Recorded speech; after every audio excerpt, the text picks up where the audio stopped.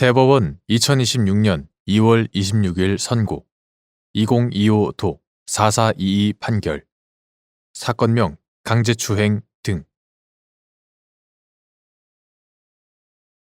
1. 법관이 압수 수색영장을 발부하면서 압수할 물건을 특정하기 위하여 기재한 문헌은 엄격하게 해석하여야 하는지 여부 적극 압수수색영장에 기재된 압수할 물건에 포함되어 있지 아니한 물건에 대한 압수가 위법한지 여부 적극 및 사후에 법원으로부터 압수 수색영장이 발부되었거나 피고인이나 변호인이 이를 증거로 함에 동의한 경우 그 위법성이 치유되는지 여부 소극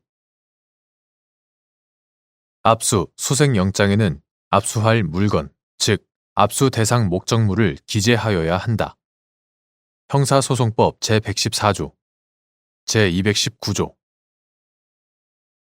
헌법과 형사소송법이 구현하고자 하는 적법 절차와 영장주의의 정신에 비추어 볼 때 법관이 압수, 수색영장을 발부하면서 압수할 물건을 특정하기 위하여 기재한 문헌은 엄격하게 해석해야 하고 함부로 피압수자 등에게 불리한 내용으로 확장 해석 또는 유추 해석을 하는 것은 허용될 수 없다. 압수, 수색영장에 기재된 압수할 물건에 포함되어 있지 아니한 대상물을 압수하여 취득하는 것은 위법하고 사후에 법원으로부터 압수 수색영장이 발부되었다거나 피고인이나 변호인이 이를 증거로 함에 동의하였다고 하여 그 위법성이 치유된다고 볼 수 없다. 2. 피의자, 피고인과 변호인 사이에 생성된 형사사건에 관한 법률 자문 서류 등에 대한 압수가 허용되는지 여부, 원칙적 소극. 예외적으로 법률 자문 서류 등에 대한 압수가 허용되는 경우 및 이에 해당하는지 판단하는 기준. 헌법에서 천명하는 변호인의 조력을 받을 권리의 목적과 실천적 의의 및 그 구체적 구현을 위한 비밀 보장의 중요성, 변호사와 의뢰인 사이의 비밀 보호 범위 등에 관하여 명문으로 정한 형사소송법 규정의 내용과 취지 등에 비추어 보면 피의자, 피고인과 변호인 사이에 생성된 형사사건에 관한 법률 자문 서류 등에 대한 압수는 헌법상 변호인의 조력을 받을 권리 등을 침해할 소지가 있으므로 원칙적으로 허용되어서는 아니 된다. 다만 피의자, 피고인이 피압수자인 변호인에 대한 법률 자문 서류 등의 압수를 승낙한 경우 변호인이 피의자, 피고인과 공범 관계에 있거나 피의자, 피고인의 범죄, 기타 위법 행위에 관여한 경우 등 중대한 공익상 필요가 있는 경우에는 예외적으로 법률 자문 서류 등에 대한 압수가 허용된다. 중대한 공익상 필요가 있는지 여부는 범죄 혐의의 중대성, 압수물의 증거 가치 및 중요성, 압수로 인한 변호인의 조력을 받을 권리의 침해 정도 등 여러 사정을 종합적으로 고려하여 엄격하게 판단하여야 한다.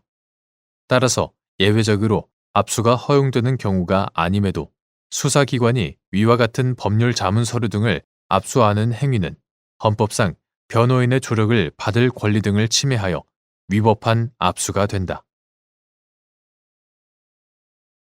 3. 헌법과 형사소송법이 정한 절차에 따르지 아니하고 수집된 증거와 이를 기초로 획득된 2차적 증거를 유죄 인정의 증거로 삼을 수 있는지 여부, 원칙적 소극. 위 증거를 유죄 인정의 증거로 사용할 수 있는 예외적인 경우 및 이에 해당하는지를 판단할 때 고려할 사항과 그러한 특별한 사정이 존재한다는 점에 대한 증명 책임 소재. 검사.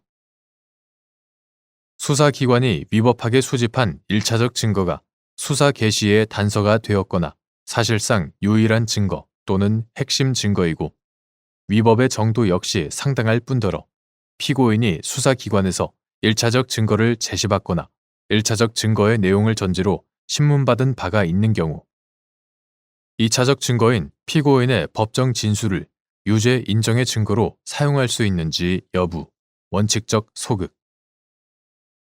이때 피고인의 법정 진술을 유죄 인정의 증거로 사용할 수 있는 예외적인 경우 및 그러한 특별한 사정이 존재한다는 점에 대한 증명 책임 소재. 검사.